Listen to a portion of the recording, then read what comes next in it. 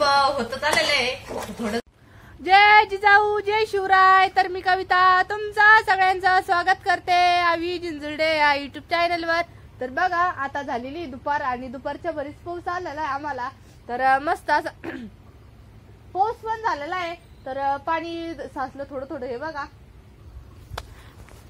आणि सकाळीच लय आभाळ येलं होतं. तर पाऊस पण झाला आणि माझं पूर्ण काम पण आवरलं होतं बाहेरचं. तर आपला चू पण झोपलेला आहे. तर बघा आपल्या गाईचं दूध निघत आणि त्या दुधाच्या वरची साईट उतरतो आम्ही घरी. तर त्या साईचं आपल्याला तूप बनवायचं आहे. बघा दोन्ही पण वाटीतल्या साईट उली होती. तर आता तूप बनवायचंय त्याचं.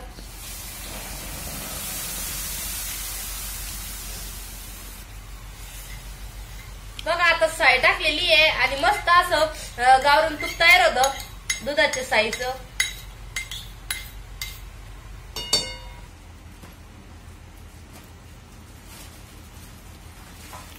तर तूप पण बनवायला टाकलं शेगडीवर आणि खारीक आणली ती पप्पानी कालच.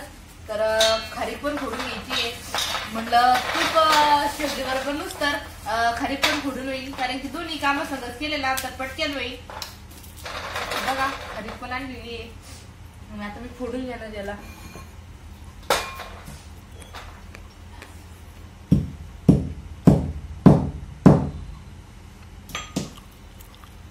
तर त्याच्यामधले बी आपल्याला काढून टाकायचे आहे.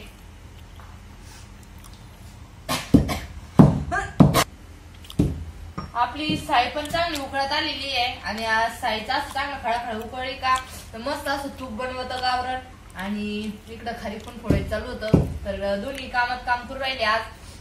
कारण तुम्हाला तर माहितच आहे की आपल्या ताई नाही इथं, आणि ताई असलं मग दोघी जणी दोन म्हणजे एक जण ताई करते एक जण मी करते तर पटकन काम होऊन जायचे.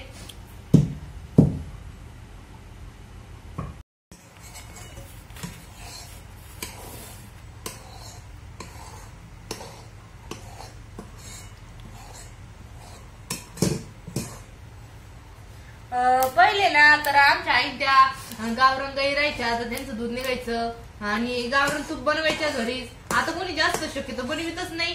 पण मग आमच्या पप्पाला त्यांना आवडत. मग मी पण मम्मीला म्हणला मी 2-3 दिवस मिळून करीत जाईल. तर बघा आता मला पण लागली थोडी थोडी सवय तूप बनवायची. आता 2-3 दिवस झाले तवाच बनवलं होतं आणि त्याच्यानंतर आता बनवून राहिले. तर खारीक पण फोडून झाली ती. त्याच्यामधल्या बिया पण काढल्या.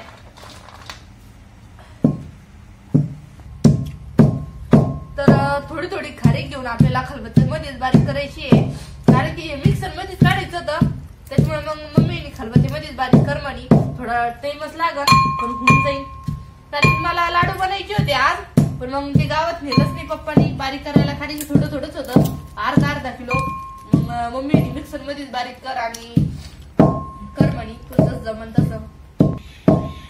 तर जेवढं बारीक पाहिजे तेवढं मी खलबत्त्यात करणार आहे आणि नंतर मिक्सर मधून बारीक करून घेणार आहे.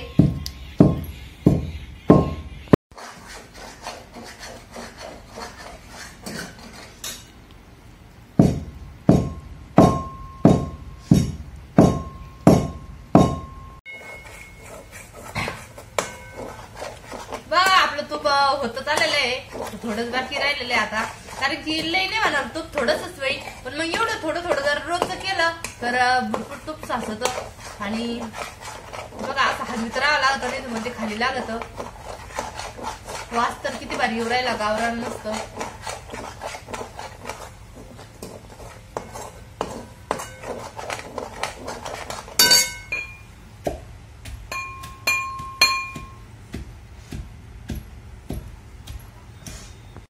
तर बघा आपलं तूप तयार पण झालेलं आहे आणि आता मी कढई खाली ठेवणार आहे म्हणजे आपलं तूप गार होईल आणि नंतर मग गाळून घेता येईल. गार उस्तर ठेवायचे आपल्याला.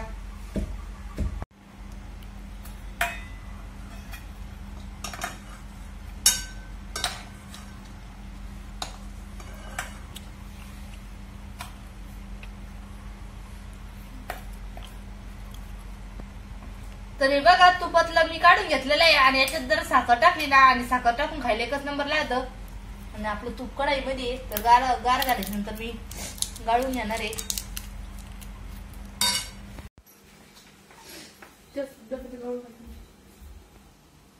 हे तूप बघा डब्यातला, मी परवा दिवशी बनवलं होतं, एवढं झालं होतं. आणि आज पण हे बनवलं तर हे पण तूप त्याच्यातच टाकून घेणार आहे. तर गाळून घ्यायचंय आपल्याला.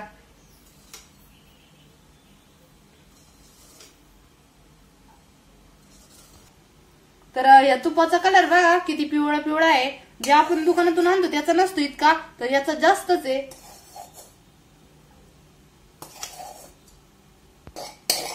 तर तूप पण गाळून घेतलं आणि तुपावरच नसतं का तर खरडं. तर ह्याच्यामध्ये साखर टाकून खा, ज्यांनी खायला नसेल त्यांनी पण खाऊन बघा किती मस्त लागत. तर बघा आपलं तूप एवढं तयार झालेलं आहे. तर आता खारीक जी बारीक केलेली ती थोडी थोडी आपल्याला मिक्सरच्या भांड्यामधून करायची आहे. आणि मी आधीच भगरीचं पीठ काढून घेतलं होतं, त्याच्यामुळे जास्त मिक्सर आपलं पांढरं झालेलं आहे पिठाना. बघा एकदम नॉर्मल मध्ये दम्मा मिक्सर चालू करायचं.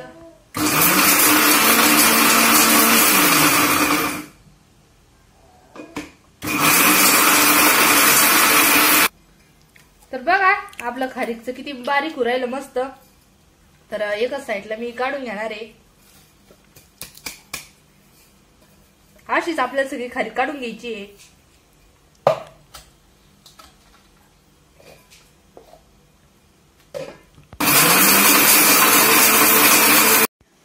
तर खोबरं खारीक पण मिक्सर मधून बारीक करून ठेवलेली आहे. आणि आता खोबरं कापून घेत होते.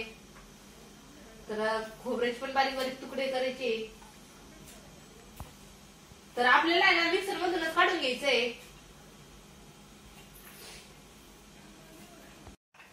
तर आता खोबरं पण बारीक करून घेणार मी मिक्सर मधून.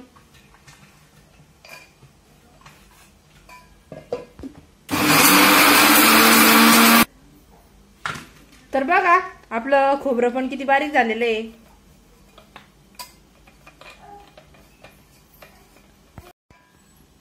बघा खारी खोबरं बारीक पण करून घेतलं आणि असं मिक्स करून घेतलेलं आहे. तर खोबऱ्याचे थोडेसे मोठे तुकडे असेल ना ते काढून घ्यायचं, कारण की एखाद्या वेळेस मिक्सर मध्ये बारीक नाही होत जास्त.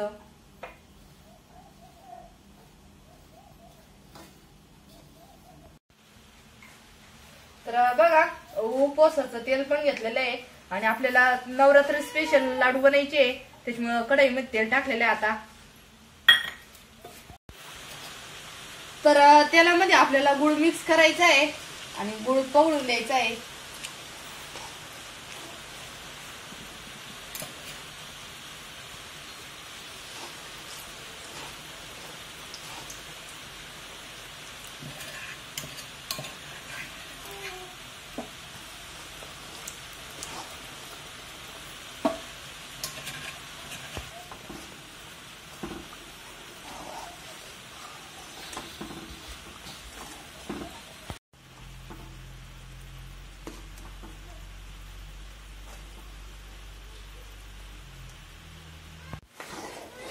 बघा आपला गुळ पण पवळलेला आहे त्याला मध्ये. आणि परातीत खारी खोबऱ्याचा बारीक करून घेतलं होतं आणि आता मी परातीमध्ये टाकणार आहे.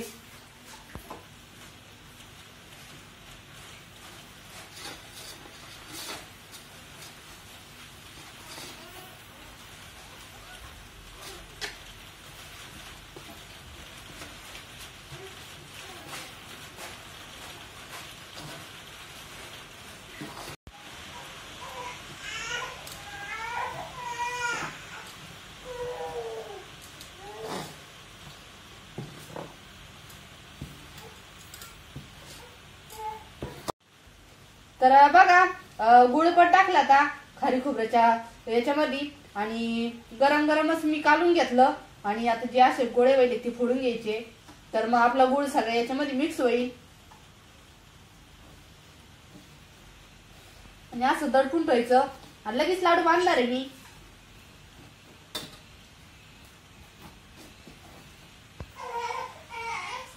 तर बघा आता लाडू तयार करून घ्यायचे मला.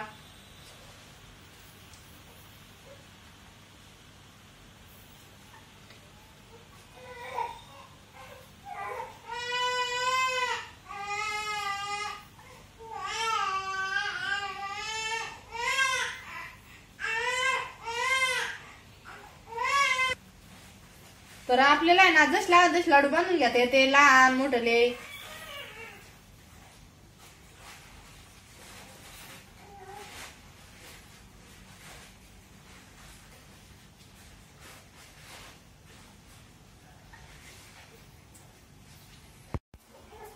तर बघा लाडू पण बांधून झालेले, तर खारी खोबऱ्याचे लाडू केलेले मी आज. तर म्हणजे जेवढं होतं घरामध्ये तेवढंच टाकलेलं आहे मी, म्हणजे एकदम साधी सोपी पद्धत आपली.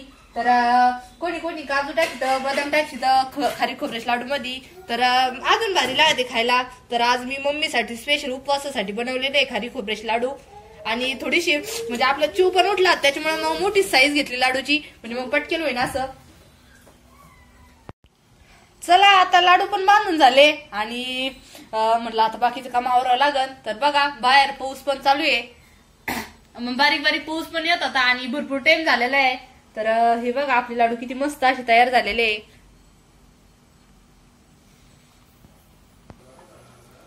बघा लाडू पण तयार झाले आणि आपला चिव पण उठला होता त्याच्यामुळे मग गडबडच झाली थोडीशी. आणि आता त्याला मला घ्यायचं पण आहे आणि सगळ्यात मेन बाहेरचं पण आवरायचं राहिलेलं आहे, कारण की मी एकटीच आहे आता, त्याच्यामुळे मग सगळे काम करून घ्यावं लागू राहील फास्ट मध्ये. आणि मम्मी तिकडे जाते मंदिराकडं, तर ताई पण गेलेल्या आहे तिकडं त्यांच्या माहेरी.